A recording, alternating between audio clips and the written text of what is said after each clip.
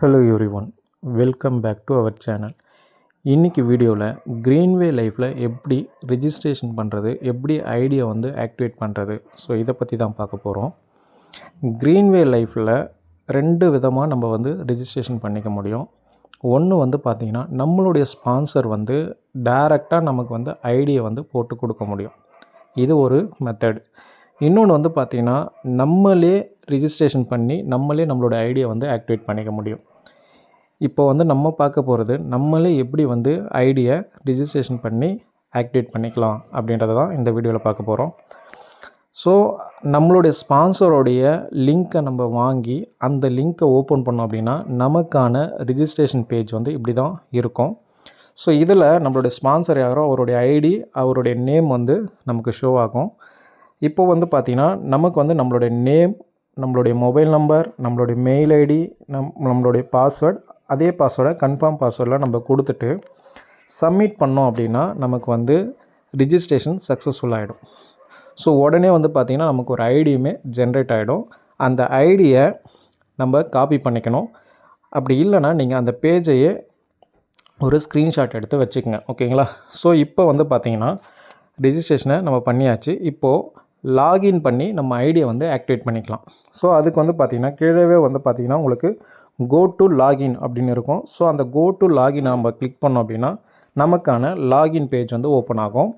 இப்போது யூசர் நேமில் நம்மளுடைய ஐடியையும், ஸோ பாஸ்வேர்டில் நம்மளுடைய பாஸ்வேர்டையும் கொடுத்து நம்ம லாகின் பண்ணோம் அப்படின்னா,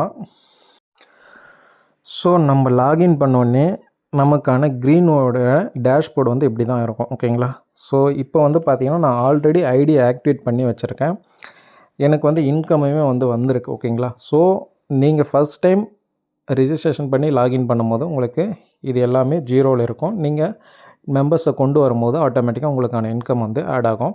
இப்போ நம்ம எப்படி ஆக்டிவேட் பண்ணலாம் அப்படின்னு பார்த்தீங்கன்னா, ஸோ மேலே இருக்கக்கூடிய இந்த 3 பாரை கிளிக் பண்ணிங்க அப்படின்னா உங்களுக்கு இதில் ரிஜிஸ்டர் அப்படின்னு சொல்லிட்டு ஒரு ஆப்ஷன் இருக்கும். ஓகேங்களா? ஸோ அந்த ஆப்ஷனை நீங்கள் கிளிக் பண்ணிங்கன்னா அதில் நியூ ரிஜிஸ்டர், ஆக்டிவேட் அப்படின்ற 2 ஆப்ஷன் இருக்கும்.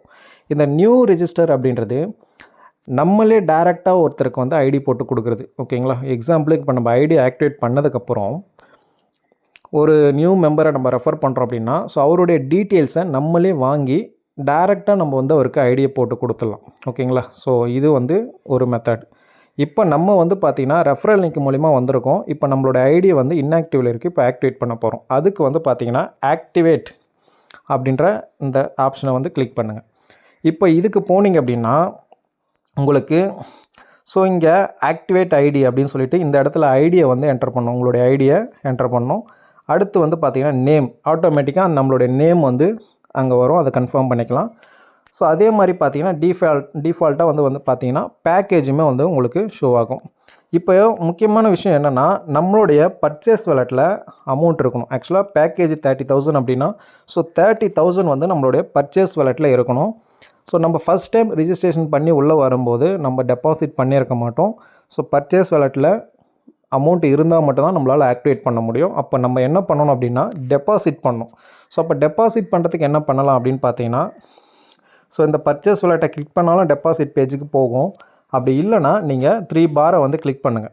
கிளிக் பண்ணிவிட்டு ஸோ வேலெட் அப்படின்ற ஆப்ஷன் இருக்கு இல்லையா, ஸோ அந்த வேலெட்டை கிளிக் பண்ணிங்கன்னா உங்களுக்கு எல்லாமே இங்கே வரும். அதில் டெபாசிட் அப்படின்ற ஆப்ஷனை கிளிக் பண்ணுங்கள்.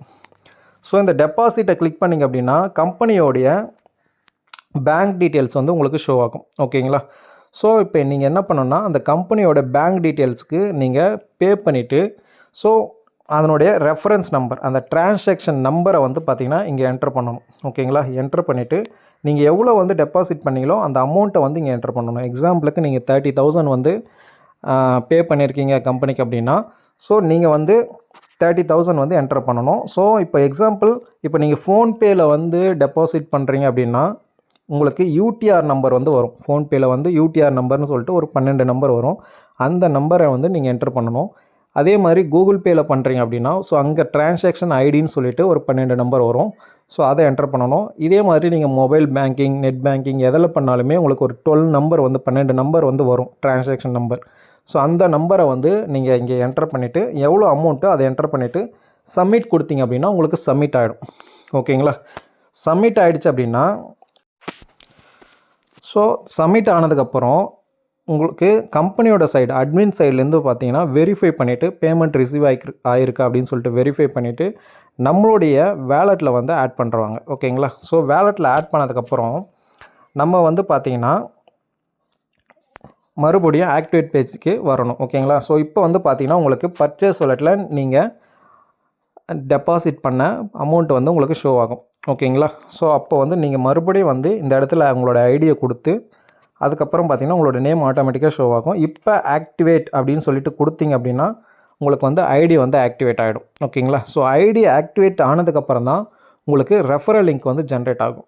ஓகேங்களா? ஸோ ஐடி இன்ஆக்டிவில் இருக்கும் போது ரெஃபரல் லிங்க்குமே ஜென்ரேட் ஆகாது. ஸோ இப்போ வந்து ஐடி ஆக்டிவேட் ஆனதுக்கப்புறம் நீங்கள் மெம்பர்ஸை வந்து ரெஃபர் பண்ணலாம். ஓகேங்களா?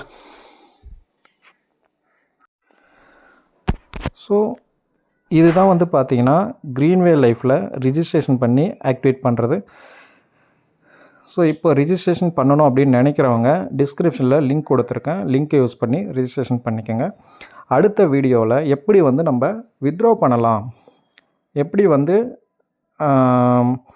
வேலட் ட்ரான்ஸ்ஃபர் பண்ணலாம், ஸோ இதெல்லாம் வந்து அடுத்தடுத்த வீடியோவில் பார்ப்போம். தேங்க்யூ.